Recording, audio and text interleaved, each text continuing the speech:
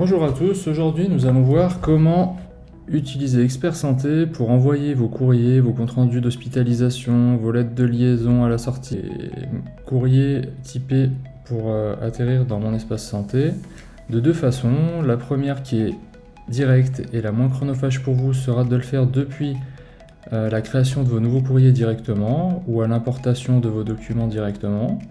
Et la seconde, si la validation n'a pas été faite au moment de la rédaction ou de l'import, vous avez aussi la possibilité de le valider par la suite. Alors, premier exemple, en passant directement par nouveau courrier.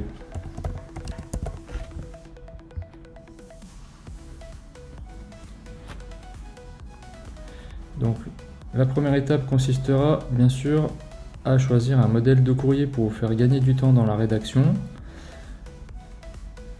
Le modèle de courrier, il est ici.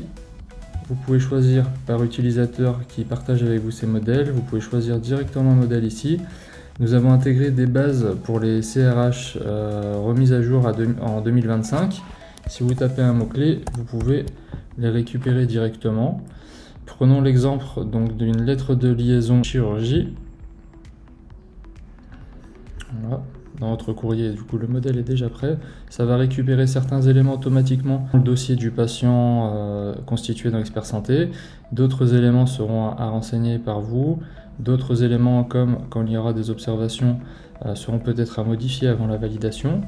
Donc pour ne pas être embêté par la validation a posteriori de votre envoi dans le DMP, deux choses sont importantes.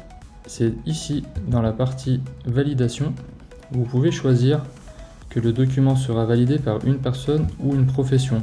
Je vous déconseille très fortement d'utiliser la profession parce que tous vos collègues vont avoir la demande de validation après, nous le verrons, dans cet espace alerte avec la petite cloche. Je vous conseille plutôt de choisir un praticien en particulier et ce bouton magique enregistrer et valider le courrier, quand vous ferez enregistrer le courrier et sortir ou une autre option, ou enregistrer le courrier et imprimer, ce bouton vous évitera d'avoir à valider de nouveau le document pour l'envoi du DMP ici. Donc nous allons faire un test en ne cochant pas cette case. Enregistrer le courrier et imprimer par exemple. Le courrier est ici. Nous voyons que la validation n'a pas été faite. Donc, si ce n'est pas le cas, vous pouvez aller voir vos alertes ici. Vous voyez qu'il y en a énormément.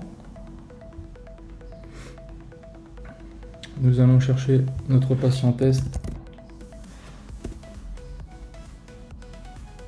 Et nous voyons que ce n'est pas validé. Et dans cette étape-là, c'est assez simple. Vous avez la loupe pour éventuellement vérifier le contenu. Et sinon, il suffit simplement de cliquer sur cette icône-là pour valider l'envoi du document dans le DMP. Si nous retournons dans les documents du patient, alors nous allons voir maintenant comment envoyer votre courrier directement dans le DMP quand ce courrier est concerné par l'envoi demandé au DMP, directement à sa création. Nous allons retrouver le document que nous avons créé tout à l'heure, rangé dans sa catégorie lettre de liaison clinique.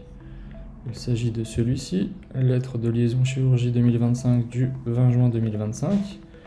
Nous allons modifier ce document en cochant uniquement la case magique ici pour la validation d'une seule et unique personne. Et nous allons modifier le courrier et sortir. Nous observons ici que le document a été validé avec envoi au DMP. Et si nous allons le chercher dans nos alertes,